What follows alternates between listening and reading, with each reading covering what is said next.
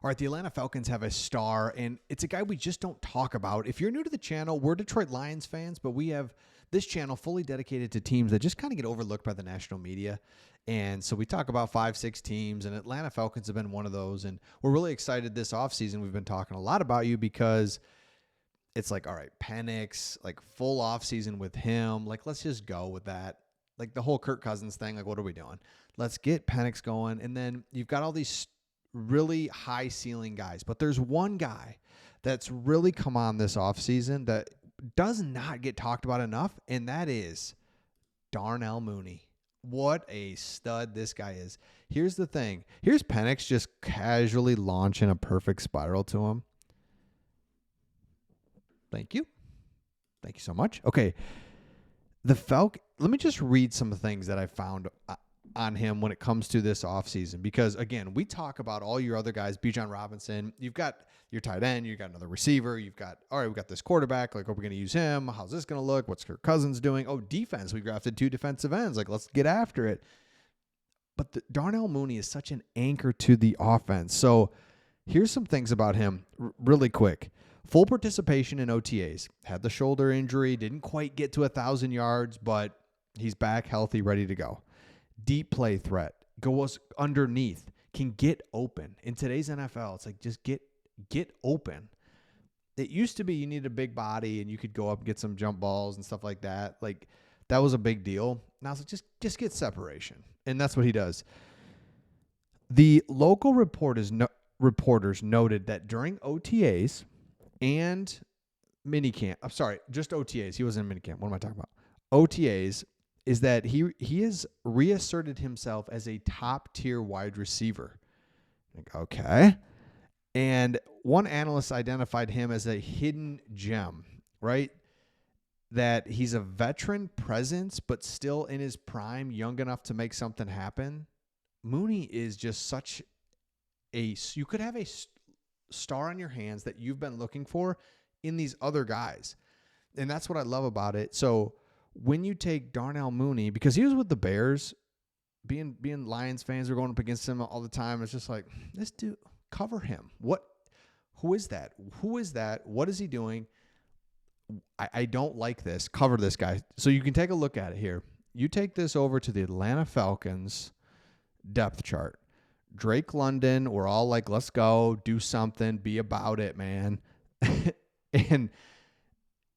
And you know that it's right there. But all the focus is on Drake London. All the focus is on Kyle Pitts, Bijan Robinson. If Mooney's the man that we think he is, and these other guys come around like they should, and then Michael Penix Jr. is who we hope he is, all of a sudden you look at the NFC South and you look at the Atlanta Falcons and you're just like, oh, crap. Look at this. Because defensively, James Pierce Jr., Jalen Walker, new, Leonard Floyd, give me something. This defense, you can see all the new colors in there. The pink, purple is draft picks. The rest is free agencies, free agents or trade. It's like, oh my goodness. This is a really good team. I mean, I really think so. And look, they got to put it together. They got to do all this stuff. It's football. You got to, the whole thing. We all know it. It's not just about your talent. You got to have some other things. But at the same time, yeah, that does help to just look and have talent kind of for days. I mean, seriously, like, what are we doing here? The Atlanta Falcons scare me a little bit. They scare me a little bit.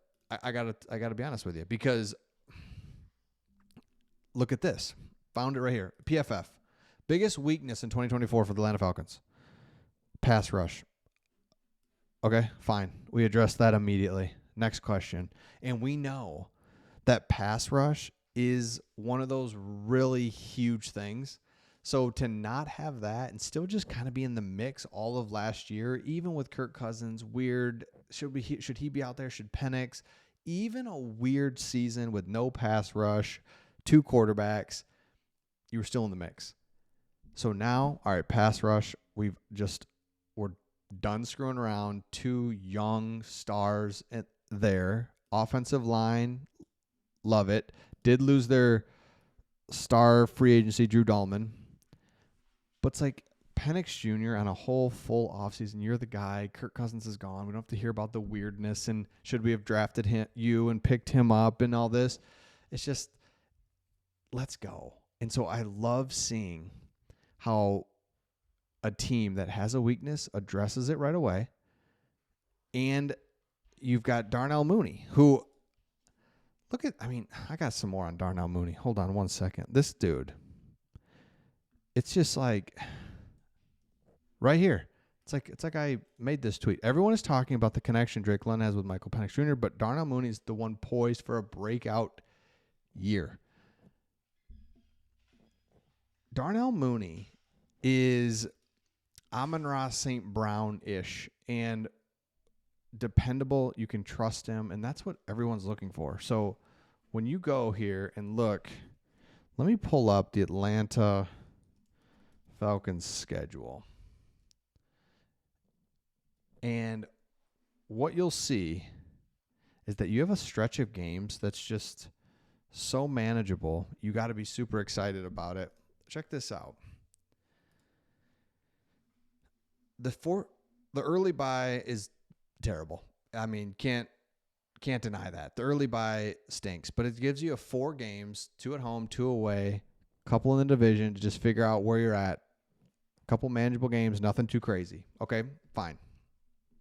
Let's just find out some things in those first 4 games. But then here it is right here where it's tough game against Buffalo. San Francisco's going to be much improved, but that's Sunday night. That's fun. We love it. But Miami, New England, Indy, Carolina, New Orleans, Jets with a new coach. That right there is kind of it. It's like if we are the team we think we are, we're the team that we wants to go to the playoffs, then we've got to win those games, right? Let's go 5-1 in that stretch. Let's go 4-1 or whatever it is. But there is a stretch right here where we gotta have it. It's November. I mean, there's 1, 2, 3, 4, 5 games in November here. So I love seeing stretches where you can go on a run, win 6 in a row, and now all of a sudden you're 8-2. And it's like, oh, there we go. Pull away from Tampa and make it happen. So